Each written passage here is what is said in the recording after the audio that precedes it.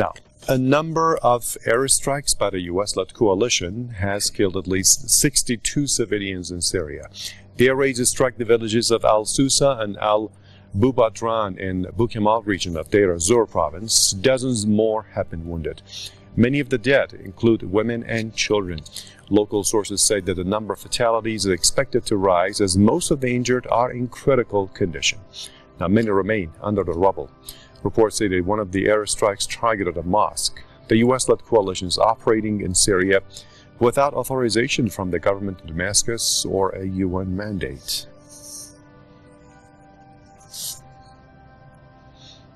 Now from Damascus, the Syrian capital, I'm joined by our correspondent there, Mohammed Ali. Good to have you with us, Mohammed. Again, another airstrike by the U.S.-led coalition and innocent civilians getting killed. Tell us more about that. Yes, exactly. This is not a new scenario. This has been happening almost on a weekly basis since the formation of this U.S.-led coalition. In every airstrike this coalition carries out against targets in Syria, we see a large number of civilians being killed. Now, what happened is that, according to local sources, in the past 24 hours, the U.S.-led coalition carried out 3 airstrikes on the 2 towns of al-Susa and al-Bubadran, about 140 kilometers southeast of Dayr al Zawr, on the borderline with Iraq. The result was the killing of at least 62 civilians, mostly women and children over there. This happens just about 3 days following a similar also airstrike by the US-led coalition on that same town of al-Susa.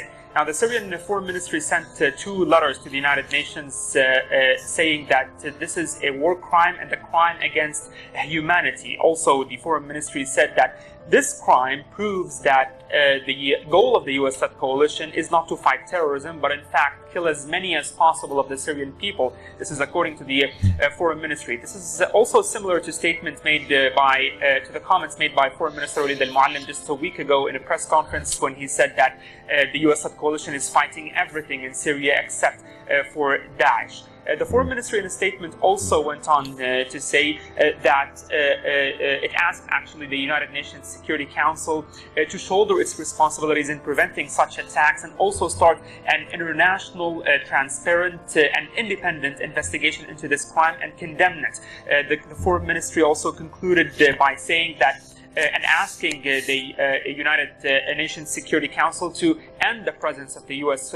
Inside Syria and other foreign troops that are in Syria without the consent of the Syrian government. So this is not a surprise, whether for the civilians in Syria, for the ordinary people, or the government, because this has been happening on a weekly basis by the U.S.-led coalition. And Mohammed, is there any reaction by the U.S.-led coalition about this?